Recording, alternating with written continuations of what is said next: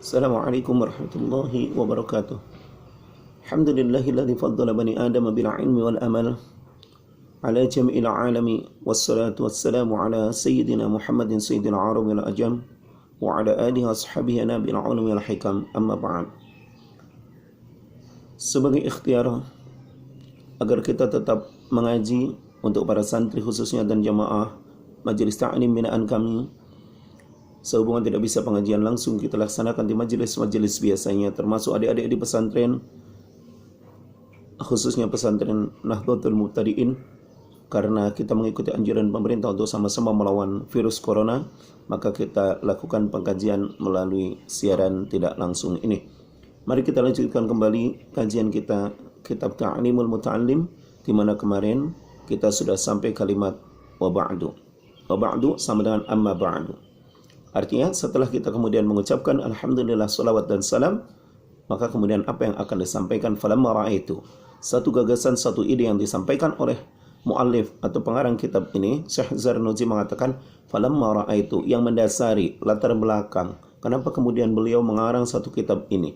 Salah satu argumentasinya adalah dari hasil analisa lapangan atau yang adik-adik santri kenal dengan istilah field research, ya, riset lapangan, dengan melihat satu fenomena yang muncul di lapangan. Kata beliau falamma ra'aitu maka nalikan wis ningali sapa ingsun kathiran ing pirang-pirang min tulabil ilmi, bayane min tulabil ilmi, saking wong kang pada amrih ilmu, ya, ini bisa menjadi litab'id minnya fi zamanina, ing dalam zaman ingsun. Kalau mau dipahami minyas litabin monggo, ya, tapi saya lebih condong kepada litab'id, artinya tidak seluruhnya tetapi kebanyakan.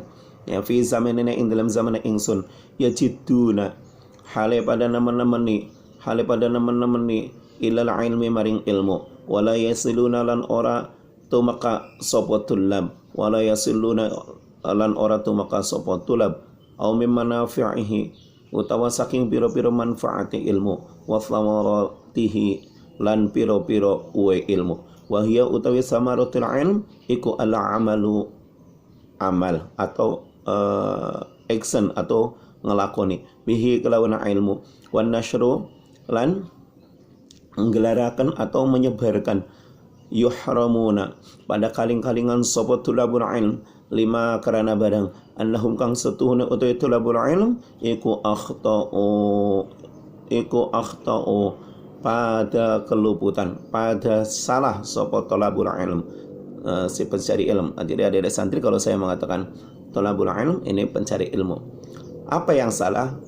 Tara'iqahu, ing pira-pira dalane ilmu, ing pira-pira dalane ilmu, wa taraku lan karana oleh pada ninggal, wa taraku lan karana pada oleh ninggal, syara'itahu ing pira-pira sarate amrih ilmu, goleti ilmu. Siapa yang, kalau ini mohon maaf, wataraku ini ada wawu jama, kemana kembalinya? Kembalinya thalabul ilm, ya adik-adik. Barangkali nanti di dalam saya membaca ada yang suka terlewat di dalam domirnya, adik-adik coba cari lagi, ya. Wataraku lan karena pada ninggal sapa thalabul ilm, sapa thalabul ilm syara'itahu ing pira-pira syarate goleti ilmu, syara'itahu ing pira-pira syarate goleti ilmu, wa kullu man utawi saben-saben wong akhta'a kang pada salah sapa wong, atau luput kata orang wetan, luput kata kita orang Indramayu salah, akhta'a kang pada salah sapa man, at-tariq kalau saya sebut man berarti ini anak orang yang sedang mencari ilmu aja lah, ya. At-tariq ing dalan, dhalla maka kesasar sapa wong, wala yanalu lan orang merkoleh sapa wong al-maqsuda ingkang den saja, ingkang den saja utawi apa kang den tuju, qalla setitik apa maksud, au jalla utawa akeh apa maksud. Oke, saya jelaskan dulu sedikit satu argumentasi yang dikemukakan oleh Syekh Zarnuji, kenapa beliau kemudian pada akhirnya nanti menghasilkan satu karya mahakarya, yang karya ini terus dibaca berulang kali, sudah sekian puluh tahun di dunia pesantren atau di dunia luar pesantren yang mengkaji soal kitab ini, adalah alasannya beliau melihat banyak sekali orang yang begitu gigihnya dia dalam mencari ilmu.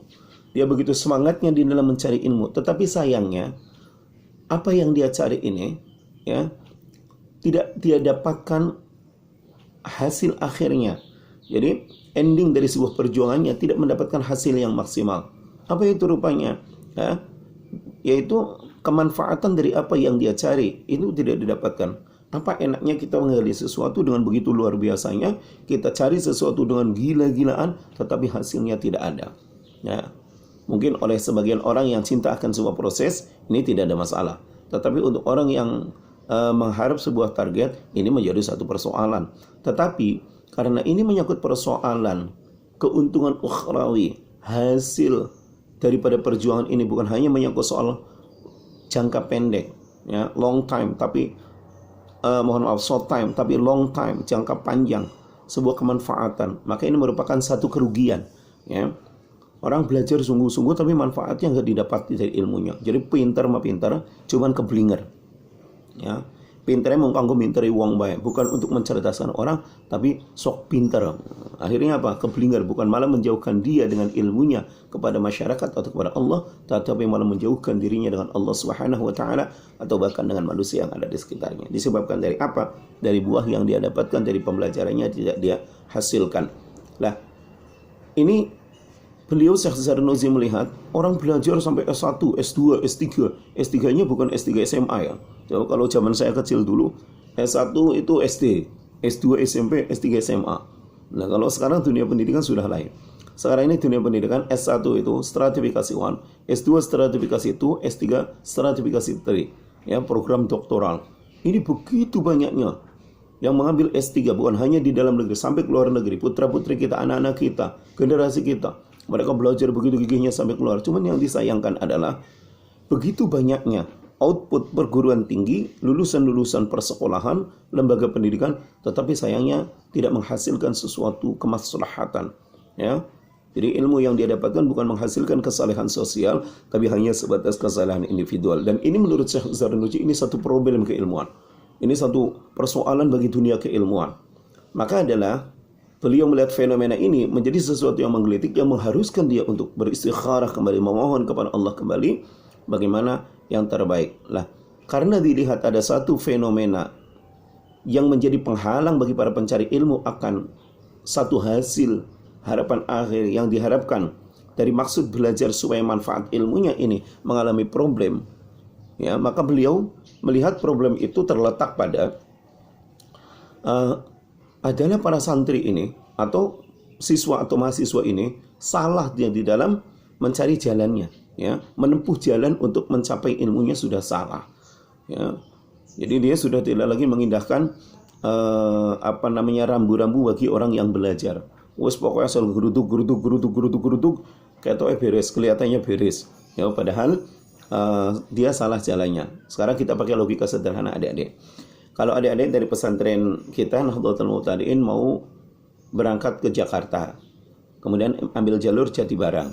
Oh, tiba-tiba adik-adik kemudian naik busnya di Jatibarang itu kok nggak nyebrang sebelah kiri, sebelah sini, ya, sebelah sini nggak nyebrang jalan. Nah, padahal arah yang nyebrang jalan itulah yang arah ke Jakarta. Kalau sebelah sini mobil itu jalurnya mau ke Cirebon. Wah, adik-adik nggak nyebrang jalannya, ya, berdiri di situ lalu naik asal ada mobil.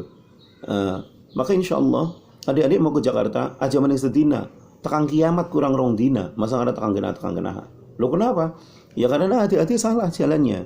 Harusnya nyebrang, kok adik-adik sebelah sini. Jadi dapatnya berangkatnya ke Cirebon. Jadi ya, tadinya yang mau dibelanja, umpamanya kita mau belanja ke Jakarta itu belanja pakaian, akhirnya berangkat ke Cirebon, ya dapatnya terasi. Dapatnya terasi umpamanya, ya. Karena di sana ada gudang terasi besar. Lalu kita dapatnya terasi. Jadi apa yang kita cari nggak kita dapatkan. Ini resiko kalau kita salah sebuah jalan, ya. Yang kedua, analisa beliau, selain terletak kesalahan itu pada salahnya jalan yang diambil, kata beliau adalah wa taraku syara'itah. Mereka meninggalkan syarat-syarat di dalam mencari ilmu. Oh, ternyata di dalam mencari ilmu itu ada syaratnya. Di dalam ala kulli hal, dalam berbagai persoalan adik-adik santri, ibu-ibu jamaah, di dalam berbagai persoalan syarat ini mesti ada. Wong kadang-kadang kita untuk dipijitin istri aja ada syaratnya kok. Nah, apa kata istrinya? Suaminya bilang, "Mi, pijitin papi dong, capek. Yo syaratnya jaluk duit lah, gue tuku kalung. Piro? Yo nggak usah yang besar-besar lah, Pak, 5 kilo." Wah, akhirnya kata suaminya, wah lah syarat kabut temen. Syaratnya kok berat sekali, wong cuman pijit aja kok sampai 5 kilo. Ya enggak, 5 gram, 5 gram. Kan ulang tahun mami juga, tapi dihubungkan juga dengan pijit memijit. Lalu kata suaminya, yo ini lagi mahal, ini dolarnya lagi naik kok, 16.800 gara-gara covid ini. Ya jadi ya jangan 5 gram lah, Mi. Ya itu lah nggak apa-apa, sekali-sekali, setahun sekali, sekalian ulang tahun mami. Ya tapi jangan yang 24 karat. Ya enggak apa-apa lah, turun 22 karat, mahal kata suaminya. Ya terserah papi lah, ya sing sekarat bae lah. Nah, oke. Akhirnya syaratnya nggak dikasih, mah kata suami, ya wis nggak jadi pijitinya. Wah itu ketika syaratnya ditinggalkan, maka kemudian jadi nggak jadi dipijitinya. Nah, jadi syarat itu terkadang menjadi satu hal penting yang tidak boleh ditinggalkan. Di dalam sholat ada syaratnya, ya syurutus shalah, ada syarat sholat, ya ada syarat puasa, ya syurutus saum. Orang yang berpuasa juga ada syaratnya, ya. Islam balik, orang yang mau haji sama. Jadi syarat ini melekat pada persoalan apapun, tidak terkecuali adalah pada orang yang mencari ilmu. Dan ini yang nampaknya bukan hanya zaman dahulu tapi zaman sekarang juga seringkali dilupakan akan persyaratan-persyaratan yang itu prinsip dan penting bagi para pencari ilmu. Nah maka ini bagi siapapun orang yang mencari ilmu, apakah itu di majelis ta'lim, apakah itu di pesantren, apakah itu di sekolah, dimanapun, syarat-syarat mencari ilmu ini menjadi satu persoalan yang tidak boleh diabaikan agar dia bisa meraih maksud dari apa yang dia cari. Nah, itu kira-kira maksudnya seperti itu. Sehingga ekstrim beliau, bahasa beliau secara ekstrim, diakibatkan karena dia tinggalkan syarat-syaratnya dan karena dia salah di dalam cara mencari ilmunya. Apa ujung-ujungnya? Walana yanalul maqsuda qalla wa ajalla. Dia tidak akan mendapatkan apa yang dia cari meskipun sedikit ataupun banyak, ya. Bismillahirrahmanirrahim. Sehingga kata beliau, mari kita lanjutkan kembali, wa ahbabtu. Sehingga kata beliau, wa ahbabtu. Nah, aradtu maka arep sapa ingsun, wa ahbabtu lan demen sapa ingsun, an ubayyana yanton jelasaken sapa ingsun lahum kaduwe si tolabul ilm, ya lahum kaduwe si tolabul ilm. Maka kemudian beliau punya satu ghirah, punya satu semangat akan kecintaan pada ilmu untuk menjelaskannya, ya, punya keinginan. Pertama keinginan dulu. Maka adik-adik, seberapapun sesuatu itu mulia, ya, sesuatu itu mulia, ilmu itu mulia, ya, ilmu itu mulia. Seperti yang kemarin saya jelaskan, kemuliaan manusia terletak pada ilmu dan amalnya. Tetapi kalau kemudian kita tidak punya keinginan yang kuat, maka apa artinya sesuatu itu? Kemuliaan itu ada di depan mata kita, kalau keinginan kita itu tidak kuat, maka tidak akan kita raih, ya. Ada umpamanya undian lomba yang juaranya itu umroh atau haji buat santri, tapi kemudian adik-adik tidak punya keinginan, maka ini merupakan satu kerugian. Maka harus punya keinginan yang kuat dari kita. Makanya ada istilah di dunia pesantren kita, menjada wajada. Siapa yang sungguh-sungguh, maka dia dapat. Maka kesungguhan ini, keinginan ini, kehendak ini, maka menjadi satu keharusan juga. Yang kedua, wa ahbabtu, kata beliau, saya senang an ubayyina lahum, ingin menjelaskan kepada para pencari ilmu itu. Apa yang ingin dia jelaskan? Thariqat ta'allumi ing dalane sinau. Thariqat ta'allumi ing dalane golek ilmu atau belajar.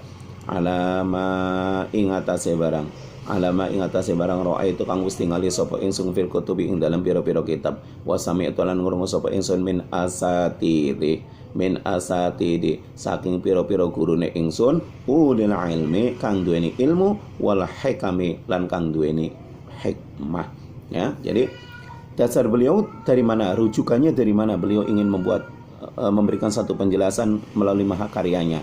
Standar beliau adalah pertama, beliau dasarkan dari kitab-kitab yang pernah beliau dapatkan dari guru-gurunya, yang beliau kaji dia dapatkan dari guru-gurunya. Ini menggambarkan bahwa Syekh Zarnuji menuntun kepada kita bahwa ittisalus sanad, artinya runtutnya satu sanad, ya, nyambungnya sanad.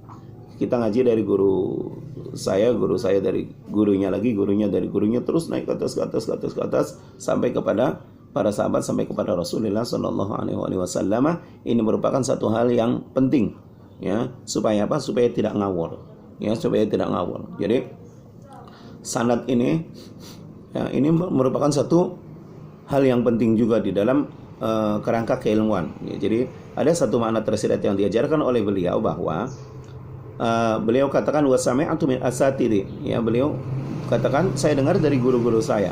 Ini melalui simai, jadi pendengaran, melalui pembelajaran ngaji nguping. Dia dapatkan telinganya, kupingnya dia dapatkan ilmu, lalu kemudian dia tuangkan kembali ke dalam karyanya. Nah, jadi dasarnya dua. Pertama, penggalian dari kitab namanya library research. Jadi seseorang bikin karya tulis, dia akan ambil dari marojiknya, rujukannya dari kitab-kitab atau dari buku-buku. Yang kedua, dia gali dari penjelasan guru-guru beliau. Ini bukan sembarangan gurunya, disyaratkan yang ulul ilmu wal hikam. Jadi yang punya ilmu dan ahli hikmah, ya. Dia dapat petunjuk langsung dari Allah Subhanahu wa taala dalam kehati-hatiannya. Dia senantiasa memohon kepada Allah. Jadi bukan sembarang guru. Ya, kadang-kadang zaman kalau sudah edan, zaman edan ya wonge luru guru ngedan juga. Sehingga orang edan juga jadi guru. Nah, kita ingat waktu zaman podcast dulu. Ya. Luru gurunya siapa? Wong situ sing sama. Sing wong edan. Kulati wong edan, terus wong edane dileleda dipai udut kon ngomong. Begitu ngomong Norwira ditakoni ning sing luru nomornya. Terus dijawab. Maka berarti dia sedang berguru kepada orang gila. Loh, enggak begitu. Kalau di dalam kerangka keilmuan, ulama terdahulu tidak begitu. Ulama terdahulu selalu mencari informasi-informasi, petunjuk-petunjuk, insyaallah irsadat itu dari guru dan guru-gurunya terus ke atas yang memiliki persyaratan ulul ilm wal hikam. Jadi dia betul-betul memiliki ilmu dan hikmah. Rojaan. Sekarang mari kita lihat apa kata Syekh Zarnuji yang kemudian akan kita jadikan sama-sama sebagai sumber motivasi kita, agar ketika kita melahirkan mahakarya apapun, maka lihat bagaimana ulama terdahulu menuntun kita meletakkan satu orientasi.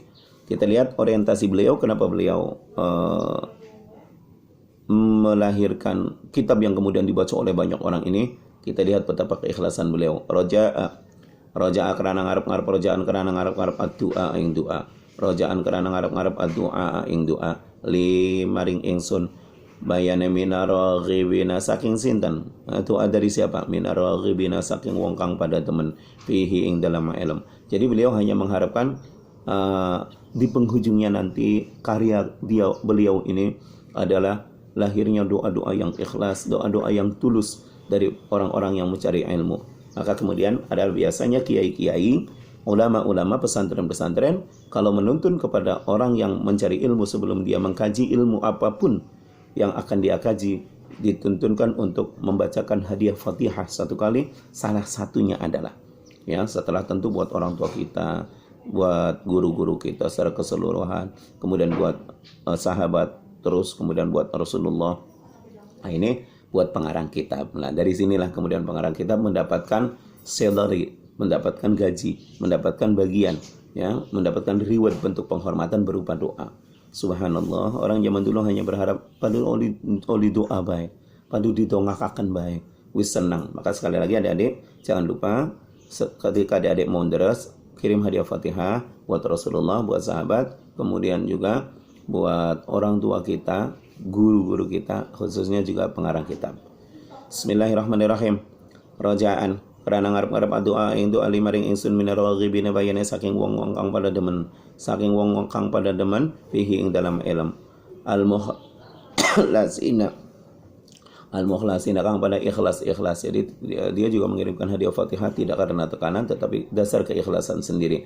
Sejauh kita menanamkan keikhlasan, sebesar itulah hasil yang akan kita peroleh. Maka adik-adik, jangan dipaksa. Kalau kita baca Fatihah, itu karena kita memang ikhlas terus betul pengen mendapatkan berkah dari ilmu yang beliau lahirkan. Ya, kirim hadiah Fatihah. Jangan lupa guru-guru kita, ya, kepada pengarang kitab itu.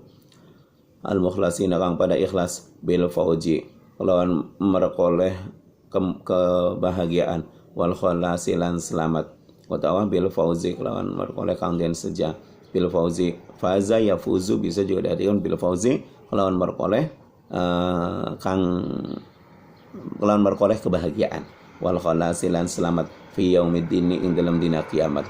Jadi beliau ingin mendapatkan keselamatan, juga ingin beroleh suatu kebahagiaan pada hari kiamat nanti, ya, di mana hari Allah bangkitkan semua, dunia ini dikiamatkan, Allah bangkitkan, tidak ada sesuatu yang diharapkan melainkan adalah keselamatan yang akan dia peroleh di hari kiamat nanti. Ya, subhanallah, ya, nggak pengen punya rumah besar, nggak pengen punya monumen, nggak pengen punya dimonumenkan, nggak pengen punya sebutan pahlawan, nggak pengen dapat gelar embel-embel syekh, alim, allamah, tidak. Yang beliau inginkan didoakan oleh para santrinya, oleh orang yang mencari ilmu melalui kitabnya, dia nanti dapat keselamatan. Maka kita doakan juga Syekh Zarnuji melalui mimbar ini adalah mudah-mudahan Allah berikan keselamatan dia, Allah berikan kebahagiaan kepada dia fi yaumiddin pada hari kiamat nanti. Ba'dama sawise barang istakharatu kang wis amrih bagus sapa ingsun Allah ing Gusti Allah. Jadi setelah dia melakukan istikharah, ya, meminta petunjuk yang bagus kepada Allah Ta'ala kang maha luhur Allah, fihi ing dalam karep ingsun gawe keterangan, fihi ing dalam karep ingsun gawe keterangan. Ya, kembalinya ke sana aja. Ya, jadi rujukannya ke apa namanya, karya yang dia inginkan. Fihi ing dalam keinginan ingsun atau karep ingsun gawe keterangan, ya. Wal samaituhu lan ngarani sapa ingsun, wasamaitu lan ngarani sapa ingsun ta'limal muta'allimi tariqat ta'allum ing kitab arane ta'limul muta'allim, ya, tariqat ta'allum. Jadi untuk memberikan sebuah nama saja beliau harus melakukan istikharah, mohon petunjuk yang bagus kepada Allah Subhanahu wa taala. Nah, ini mudah-mudahan ditiru juga oleh para ibu-ibu jamaah majelis taklim, anak-anak santri. Kalau punya nanti kawin, punya anak, kalau mau kasih nama anak, usahakan istikharah dulu. Ya, beli terus dalam film India, ya, dalam film India, lalu kemudian ada artis namanya Amitabh Bachchan, lalu kemudian dia ambil juga sebagai nama Amitabh Bachchan karena lihat TV. Nah, maklum karena istrinya lagi marah-marah, jadi salah bacanya jadi Amitabh Bachchan. Wah, ini kan ngeri juga. Ya, jangan jadi TV. Nah, ini satu percontohan bahwa Syekh Zarnuji, ulama-ulama terdahulu ketika mau memberikan sebuah nama karya, ya, nama judul buku, apalagi nama anak yang kita harapkan keberkahannya, ya, nama lembaga atau nama apapun, beliau istikharah dulu. Yang akhirnya, mohon maaf, yang akhirnya kemudian beliau mendapatkan satu petunjuk isyarah dari Allah dengan nama Ta'limul Muta'allim, ya, Ta'limul Muta'allimi Tariqat Ta'allum. Namanya kitab Ta'limul Muta'allim yang lebih kenal, lebih sering kita dengar dengan kitab Ta'limul Muta'allim. Wa ja'altuhu lan dadekaken sapa ingsun fusulan ing pira-pira pasal. Ya, nanti kitab ini isinya berisi pasal-pasal. Faslun fi mahiyatil ilmi wal fiqh. Faslun sewiji ku pasal martelaaken ing dalem hakikate ilmu wal fiqh lan fikih. Faslun sewiji pasal meneh finniati menjelasakan ing dalem niat. Jadi martelaaken ing dalem niat, menjelasakan ing dalem niat. Niat kapan fi hali ta'allumi ing dalem nalikane, ing dalem tingkah belajar atau nalikane belajar. Fi hali ta'allumi ing dalem nalikane belajar atau tingkah belajar. Faslun maning siji pasal maning fi ikhtiyari, berarti pasal yang ketiga, ya, pasal yang ketiga. Iku fi ikhtiyaril ilmi, fi ikhtiyaril ilmi menjelaskan ing dalam milih-milih ilmu. Jadi ilmu itu juga tidak boleh sembarang ilmu kita ambil. Oh, ilmu nyopet enggak penting. Oh, ilmu nyantet enggak usah. Oh, kenapa? Oh, enggak disantet terus mati dewek nang virus. Enggak usah santet-santetan. Ngopo? Enggak usah. Enggak ada manfaatnya. Enggak usah belajar ilmu santet, enggak usah ilmu perdukunan. Jadi harus dipilih. Enggak sembarang ilmu. Ya, kalau ilmu itu kita pelajari lalu kurang mendukung terhadap kemampuan yang kita punya, ya, lalu mana yang cocok?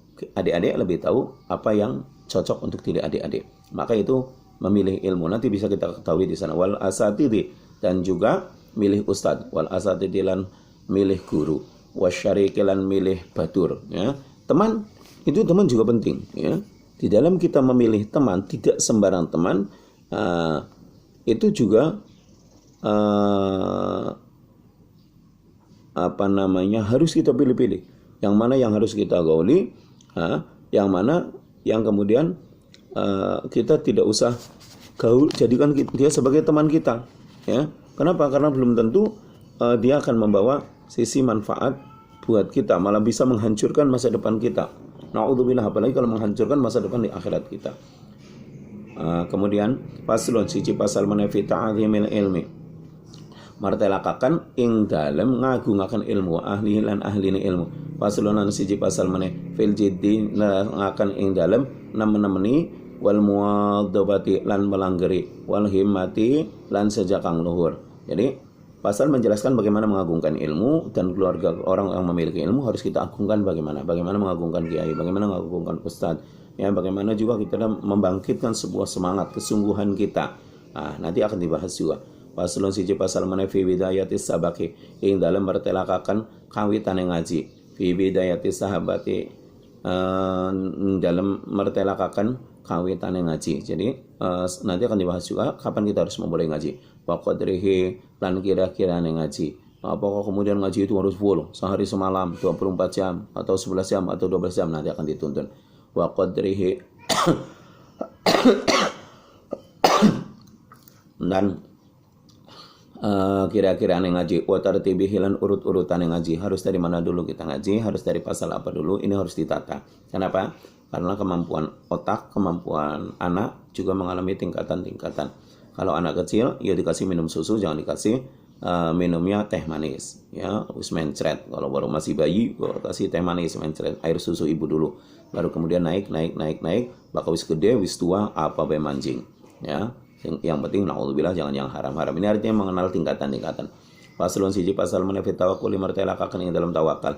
Faslun siji pasal meneh fi waqti tahsil, martelakaken ing dalam waktune ngasilaken ilmu. Pasalun sawiji pasal menepi syafaqati ing dalam mertelakaken welas wan nasihati lan karep maring kebagusan. Nah, jadi nanti akan dibahas juga bagaimana melahirkan satu kasih sayang, kemudian juga cara memberikan nasihat-nasihat. Ya. Pasalun siji pasal menepi istifadah ing dalam mertelakaken amri faidah. Pasalun sawiji pasal menepi wara'i, mertelakaken ing dalam wira halat ta'allumi. Jadi sifat wara, andap asor, rendah diri, ini nanti akan dibahas karena itu penting juga. Rendah diri yang bagaimana atau kapan waktunya? Halat ta'allumi ing nalikane sinau. Halat ta'allumi ing nalikane sinau. Paslon siji pasal meneh sing nomor 13, berarti pasal yang ke-13. Fima ing dalam barang. Fima ing dalam barang atau mertelakaken barang. Yuri sukang marisaken apa ma. Al-hifdha ing apalan wan nisyanalan ing lali. Jadi nanti akan dibahas pasal yang menjelaskan tentang apa saja yang bisa menghasilkan menjadikan seseorang itu kuat hafalannya dan mudah hilang hafalannya. Pasalun siji pasal manafi yang dalam barang yajli bukan bisa narik apa ma arizqo ing rizki. Wa malan barang yamna ukang nyegah apa ma ing barang, ya. Wa malan barang yamna ukang nyegah, ya. Kang nyegah apa ma ing rizki. Wa malan barang yazidu kang nambahi fil umri ing dalam umur. Wa malan barang yang kusu, wa malan barang yang kusu, wa malan barang yang kusu kang yuda opo ma ing umur. Wa malan barang wa malan ora ana, wa malan ora ana taufiki pitulung iku maujud. Wa ma taufiki lan ora ana pitulung iku maujud illa billahi. Wa ma taufiki, mohon maaf ada yangnya, wa ma taufiki lan ora ana pitulunge ingsun iku maujud illa kejaba billahi kelawan pitulunge Allah. Illa billahi kejaba kelawan pitulunge Allah, angin kelawan pitulunge Allah. Alaihi ngatasi Gusti Allah tawakal sapa ingsun, wa ilaihi lan maring Allah unibu balik sapa ingsun. Nah, jadi akhirnya nanti di bab paling akhir beliau ingin membahas tentang satu pasal yang bisa menghasilkan bagaimana percepatan rezeki itu diperoleh dan apa saja yang bisa mencegah rezeki itu datang, kemudian sesuatu apa saja yang bisa menjadikan umur kita bertambah dan umur kita makin berkurang. Ini kenapa ditaruh di pasal terakhir? Ini karena urusan rezeki dan urusan umur biasanya ini urusan orang-orang yang sudah tua. Maka harapannya, gambarannya ketika kita mengamalkan ilmu, belajar dan seterusnya, menjadi kita tua, lalu sudah urusan soal materi. Wallahu a'lam bishawab. Jadi kemudian beliau menutup dalam kalimatnya, beliau katakan dalam kerendahan dirinya di hadapan Allah dengan tidak menyombongkan atas kemampuannya, karena beliau sadar tidak ada sesuatu yang dia dapatkan kecuali petunjuk Allah, maka beliau katakan wa ma taufiqi illa billahi wa alaihi tawakkaltu wa ilaihi unib. Beliau katakan tidak ada satu pertolongan yang beliau dapatkan kecuali atas pertolongan Allah Subhanahu wa taala, ya, atas kehendak Allah Subhanahu wa taala. Akhirnya kata beliau, alaihi tawakkaltu wa ilaihi unib, kepada Allah lah beliau berserah dan kepada Allah lah kita semua akan kembali, ya. Jadi ini menggambarkan bahwa sisi keikhlasan tetap beliau letakkan. Bismillahirrahmanirrahim. Faslun fi mahiyatil ilmi wal fiqhi wallahu a'lam bissawab. Assalamualaikum warahmatullahi wabarakatuh.